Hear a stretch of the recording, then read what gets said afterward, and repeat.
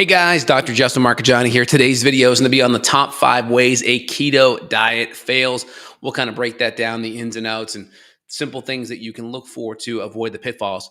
Before we do, please smash that like button. Really helps the search algorithm. Make sure you hit that bell so you get notifications of more live videos coming your way, so you guys can participate and ask questions.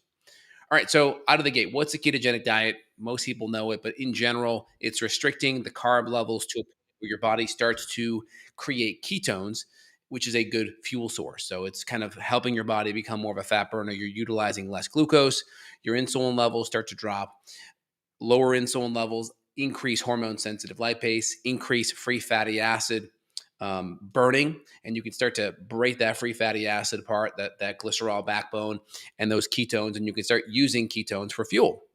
You can test this with either a ketone breath test or a blood test or a urine strip test. Blood's usually a pretty good one, and you can get that, millimoles of ketones up to about 1 is a pretty good place to be.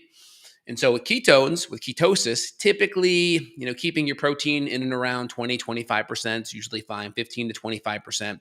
Usually your carbs are going to be sub 10%, and they're mostly going to be non-starchy carbs. Again, in regards to ketosis, the more active you are and the more insulin sensitive you are, typically the more carbs you can be at and still maintain a level of ketosis, meaning you test your blood and you see a good amount of ketones coming through. And so ketosis, most people 20 to 30, 20 to 50 net carbs per day. And net carbs are going to be your carbs minus the fiber, minus any sugar alcohols. Some people will derail their ketogenic diet because they're going to do lots of sugar alcohols, lots of polyols, xylitol, sorbitol, these different sugar alcohols, because supposedly they don't get digested and broken down. The idea, though, it's still hitting your tongue. If you're hitting sweet all the time, there could be some insulin secretions due to the fact that your brain's sensing sweet. And so doing some sugar alcohols frequently, over the top, all the time, that can be a way to derail it. Again, stevia, definitely better than other types of sugars out there, but you got to make sure and not make it a staple in most of your meals. Try to avoid those fake sweeteners. And so in regards to a ketogenic diet, keeping your protein at around 15 to 25%, and then keeping your carbs usually 10% or less, and 20 to 50 net grams a day. The more active you are, the more you walk, the more you move, you can get away with more carbohydrates, because as those carbohydrates come into your body and that glucose goes into your bloodstream, you're going to typically use insulin to start to store the carbohydrate into glycogen in the liver or the muscle, or it gets converted to fat. But if you're exercising and you're moving, or if I'm walking, guess what? That glucose is just going to get burnt up by the mitochondria. It doesn't really have to get stored. It's going to get burnt. The more we're increasing insulin through carbohydrate, processed sugar, processed flours, when insulin's high, it's really hard to burn fat. And so that's part of the thing, is keeping that carbohydrate load down. That keeps the insulin down. When insulin's high, it's your body prioritizes burning glucose for fuel over fat. And so part of the whole mechanism is we're trying to get that glucose low. That keeps the insulin low. That allows us to start burning fat. And fat's a much more stable fuel source than glucose. The analogy is having a campfire and trying to keep that fire going with twigs and paper versus a nice big log on the fire. The log on the fire is going to be like burning fat for fuel. So the big one is the sugar alcohols. The second big one is using excess junky proteins. So of course, soy protein is going to be a big one, especially with phytoestrogens in there. Not going to be the best, because that can also promote fat storage, because you're increasing estrogen, and estrogen in and of itself can help increase fat storage. So we want to be very careful. Third thing is poor digestion. We may have a hard time, not enough hydrochloric acid, not enough enzymes, not enough bile salts, and we're not able to break down that good protein and that good fat. And so if you look at kind of your macros on a ketogenic diet, well, guess what? So you have 10% going to be protein, 10% going to be your carbs or less. So 90% is protein and fat. So if you have poor digestion, poor enzymes, poor acid, poor bile salts, you may have a hard time breaking those foods down. And so very, very important to look at, are you having a hard time breaking down protein and fat? That's third. Fourth thing I would say is going to be, do you have an infection? Because infections can also make it very hard. Infections create stress and inflammation in the gut, and that inflammation and stress in the gut can make it hard to also make enzymes, also make acids and bile salts, also keeps your gut more inflamed.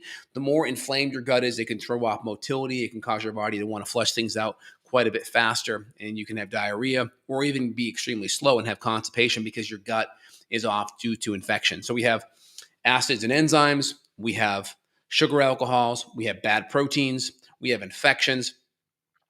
And I would say the next big thing after infections is just you're at that fight or flight stress is going on. You have that sympathetic nervous system stress in overdrive, and your adrenals are being overly stimulated. The more you have that sympathetic nervous system firing, that's going to deplete and make your vagus nerve stimulation very low. And you need good vagus nerve, good parasympathetic. That's the rest and digest. So if you're putting more bricks in your tummy, i.e., more protein, more fat, harder to digest food, right? You need good enzyme and good acid stimulation. So you need that good parasympathetic nervous system response so you can help break down those proteins and fats. And so if you're overly stressed, that sympathetic nervous system's in overdrive, your parasympathetics and vagus nerves are low, then that may really make it hard for you to good break down, your good proteins and fats. And so one would be like all the sugar alcohols. Two would be a lot of the soy junky proteins there. Three, low stomach acid, low enzymes. Four, gut bugs, infections, gut bugs, SIBO, bacteria, fungal overgrowth, candida. And then five would be just that sympathetic nervous system overdrive, that adrenal stress, that low parasympathetic function. And again, when people are on a ketogenic diet, I look at your diet, you got to have like a foundational template.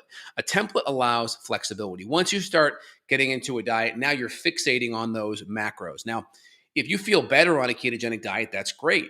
Then you should just do what feels good for you. But if you're starting to get tired or fatigued, you may want to look at cycling in and out of keto. I believe a ketogenic diet, or the idea of keeping your carbs at a lower level, was more than likely in alignment with how we evolved, just because processed grains and flours and sugars were actually a rarity. It was very hard to get them. Only the most wealthy could afford them. That's why if you look at sugar consumption over the last 120, 140 years, looking at 4 to 5 pounds a year over 100 years ago, now to 150 pounds a year now. That's what a lot of the data says. And so we know that you're increasing sugar consumption like 20, 30, 40x. That's not something that we've really had a time to adapt to it over tens and tens of thousands of years. That's 100 years. We have this massive influx of carbohydrate and sugar. And so most people are going to do better with a lower carbohydrate diet, more vegetables in place of grains and starch and flours, I think is a good thing. Again, some people are going to be more insulin sensitive. They're going to be more active, and they're going to be able to handle a little bit more of that carbohydrate coming in. Again, I still think it's better to have less processed, less inflammatory foods, more anti-inflammatory, more nutrient dense, i.e. say starches, green vegetables. If you're going to do fruits, try to keep them on the lower sugar side, unless you're going to be more active. I think that's a really kind of good frame of mind. I want patients to be people that are thinking about their diet to kind of be less dogmatic. Think about it as a tool. Just like I'm going to fix something up in my backyard, I'm going to pull the right tool in my tool belt out. And so just kind of look at your dietary adjustments as a tool and just use it appropriately. And then, of course, as you get healthier with your diet, as you get healthier with your body, less inflammation, you can kind of cycle in and out, and you're going to have a little bit more metabolic flexibility the healthier you're kind of on track, and the more you've kind of strung good days together, over a couple of months and years. That's going to really help. So I hope you guys hope you guys appreciate it out of the gates. Oh yeah, one other thing we can talk about out of the gates, Joseph wrote in here, electrolytes. That'd be a big one as well. So adding in sea salt water, really helpful. Mineral water, adding some extra potassium, magnesium, sipping on some bone broth. These are some extra ways to make sure you're getting that good, healthy potassium, magnesium, minerals. Again, on a ketogenic diet, the easiest way to get potassium is, guess what? It's not bananas, it's actually avocados. Avocados are excellent. You're also going to get in some fish and some meat, a little bit of squash too, but that's going to be higher carb. So your best ketogenic way is going to be avocados. And then you can also add in some electrolyte support. In my line, we use potassium synergy, which is a 10-to-1 ratio of potassium to magnesium. And we'll add in some Redmond's real salt or some Endure electrolyte trace mineral support. Good questions out of the gate though. Good point on that, Joseph. We can add number 6 will be electrolytes on that.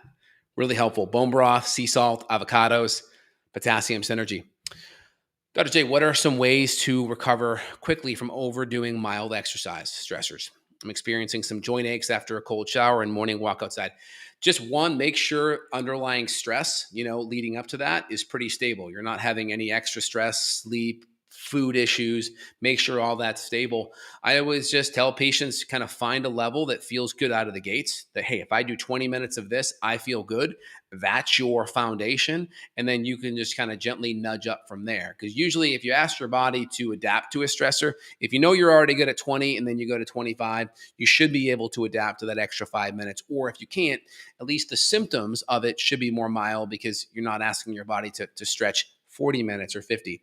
Start with a good foundation and then gently nudge up 5 or 10% above that daily. That'll be the best way to get your body the ability to adapt to what's going on. Can you mix food grade bentonite clay with sea salt to drink? I mean, yeah, you could definitely do that. Just be careful with bentonite clay. If you're trying to take it as a detoxification or to bind something up, just it could bind up some of those electrolytes. So you'd want to make sure you also hydrate and take electrolytes, outside of the clays. Can leafy greens cause constipation? Yeah, if you have poor enzymes or poor acids or just poor digestion in general, it's possible. You can always steam or saute. That can be helpful. You can always look at restricting some of the vegetables to lower FODMAP vegetables, as keeping the fermentables down can actually starve out some of the bacteria, which can then decrease a lot of the gases produced by those things, the methane and the hydrogen, which can throw off motility. Also, are seed carbs better if carbs are seed carbs better carbs if over 50 grams? Not sure what you mean by that. So you're going to have like your starchy carbs, squash, sweet potato, greener bananas, parsnips, rutabaga, turnips. Those are going to be your starches, kind of your root vegetables that are higher carb. You're going to have your non-starchy. These are your leafy greens mostly. Those are going to be lower carb, more nutrient dense. And so just keep your carbs a little bit lower out of the gate. And then if you want to up your carbs, look at safe starches as a good option to kind of move the needle.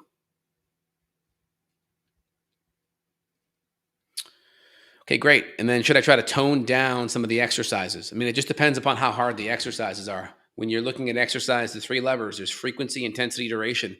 Frequency is how many times a week. If it's every day, go every other day. If your workout's 30 minutes and you're having a problem, cut it down to 15. Duration, intensity will be how hard the exercise is. So for instance, a front squat's going to be a lot harder than like a barbell curl, right? Because you have more joints that are going involved, and you also have a lot more core utilization and stabilization. So if you try a harder exercise, just make sure you give yourself more rest in between sets. That would be the great thing out of the gate there.